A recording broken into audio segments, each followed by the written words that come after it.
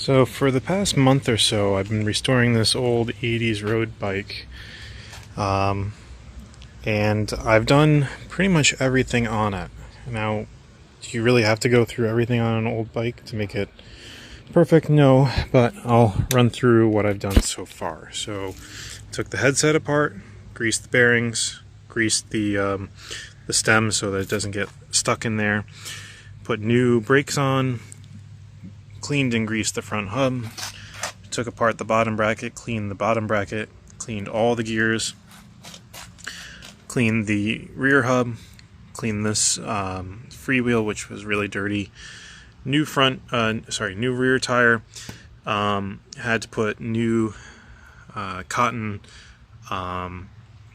rim tape because it kept on popping tires. New tire.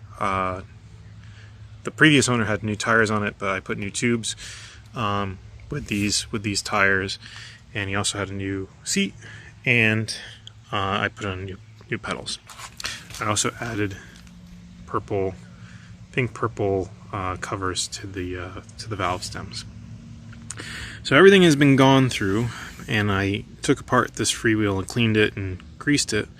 But since this is the first time that I've ever done that, I put a little bit too much grease in it, and if you notice, one of the teeth is chipped on the top of this freewheel.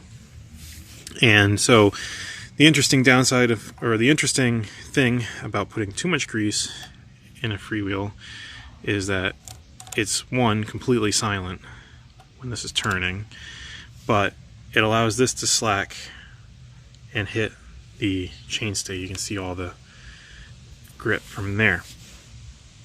So what I'm gonna do is I bought a new freewheel.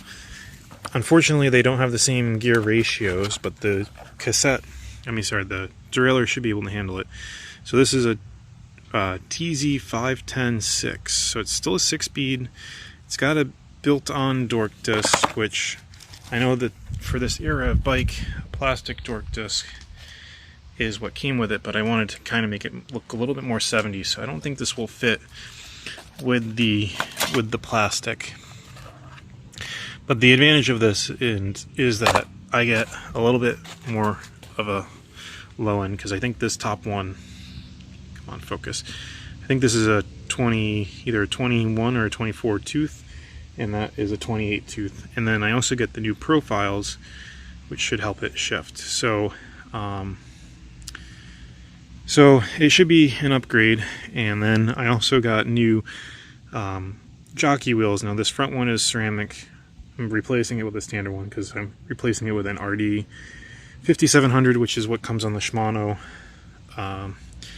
105s. But in total, brand new jockey wheels, new cassette, everything else has been gone through on the drivetrain, and I need to get this done tonight so that I can go for a bike ride tomorrow. And the only other thing to say is that I think I spent about $200 on this bike, and I've put, probably with all the specialty tools and the parts, I've put probably about $250 worth of stuff into it.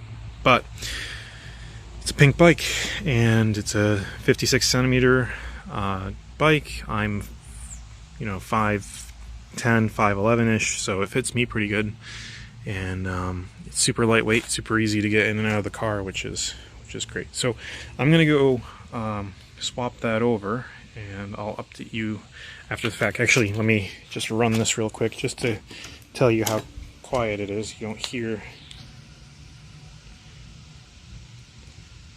can't hear any of the paws engaging, because the grease kind of buffers the paws as they're engaging with the rest of the freewheel. So that's kind of a neat side effect. And as I kept on riding it, some of the grease is working out, so it's not slacking as much, but it's very easy to slack. So anyway, let me put these on. I will be right back. Alright, got the new freewheel and jockey wheels on. Getting these freewheels is always hard to get off. Even though that I freed it before and the The first time I did this, I had to do it with an impact gun, because I had used the biggest breaker bar I could get and I could not get it off. This time I had to put all my weight on it, and eventually it broke off, which is great. The problem here is that I can't put that metal torque disc on because this protector moves with the rest of the gears. So I think it looks fine. It's not exactly what I want, but you know, technically the metal disc is not correct for this Euro bike, so that's fine. The new jockey wheels went on.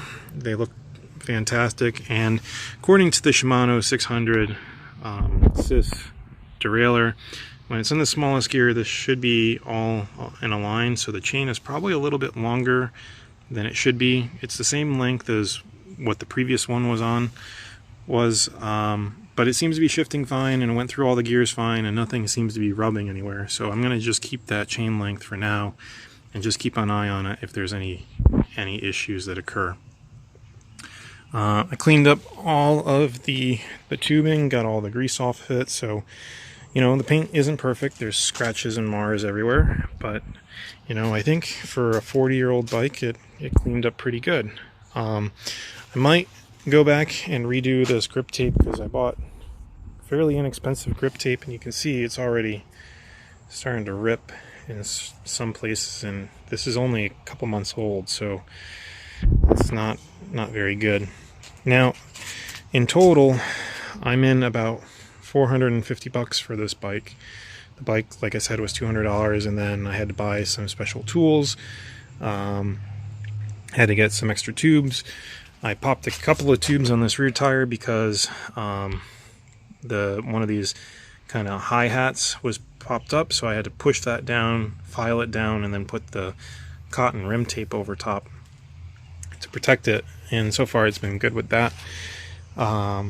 It's very lightweight, so it's very easy to get in and out of the car. This has the Shimano lobed headset, so if you want to do it correct without, you know, marring it up, you have to get the correct wrenches, and those wrenches are actually kind of expensive, like $40 for a set, and they don't make them new. You have to get them used. If you don't care how this looks, you can just you know, probably put a towel and do it that way. But I don't know, I get a little bit, you know, when I get something and I like it somewhat, I want to take care of it. So that's why I went through everything, right? I went through the hubs, went through the steerer tube, went through the bottom bracket, did the freewheel, lubed everything. So now everything has been gone through. The only thing that I have not gone through is trying to remove this seat. So I don't know if it's seized or not. It's the right height for me, so for right now, I'm gonna just keep it that way. And I got a group ride tomorrow night, and it's gonna be a nice, fun, fast 80s bike. So, you know, I think I've taken this video a couple of times, so hopefully I didn't already say this before, but for $450, the learning experience is quite good. You get some tools, you go through everything on the bike, you learn how to do everything, you become a better bike mechanic, and it's a good investment in yourself to kind of learn how to do all of this. So, and you can't really go wrong. The bikes are not that expensive, so it's a good learning experience. So I hope you like that. I hope you like the bright pink bike that it's now, and try and do some projects on your own.